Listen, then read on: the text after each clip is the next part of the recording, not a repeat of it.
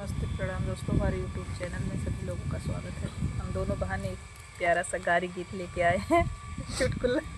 जैसा लगे ज़रूर बताइएगा और अच्छा लगे तो चैनल का भी सपोर्ट करिएगा। जी बिल्कुल, बहुत प्यारा सा गाली, बहुत प्यारा और बहुत पुराना पारंपरिक गीत है। हम लोग थोड़ा नए तरीके से सुना रहे हैं, सुनिए और गीत का आनंद लीजिए। आइए सुनिए। लखनऊ शहर से रेल चली है और दुई पहिया, यर दुल्हे की बहनी भागी गई है। आई हो दैया कहिया, यर दुल्हे की बहनी भागी गई।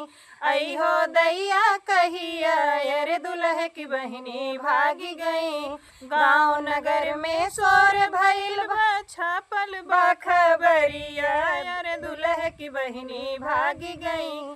आई हो दादा कहिया, यार दुल्हे की बहनी भागी गई। आई हो दैया कहिया, यार दुल्हे की बहनी भागी गई। पुलिस और दरोगा खोजे खोजे और सिपहिया, आई दुल्हे की बहनी भागी गई।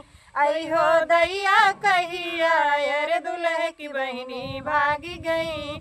आई हो दैया कहिया, यार दुल्हे की बहनी भागी गई। अंगने बीचे दुल्हे रोवे पीटे ला कपरिया, बहनिया हमरी भागी गई।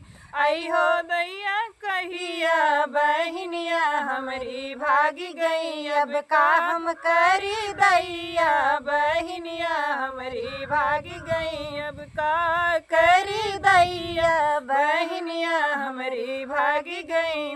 भैया हमरे बड़ा रंगीला खोजेला महलिया, यार दुल्हे की बहनी मिली गई।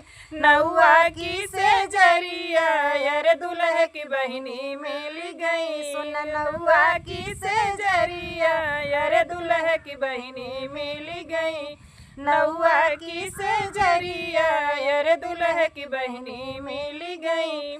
लखनऊ शहर से रेल चली है और चली दुई पहिया, दुल्हे की बहनी भागी गई।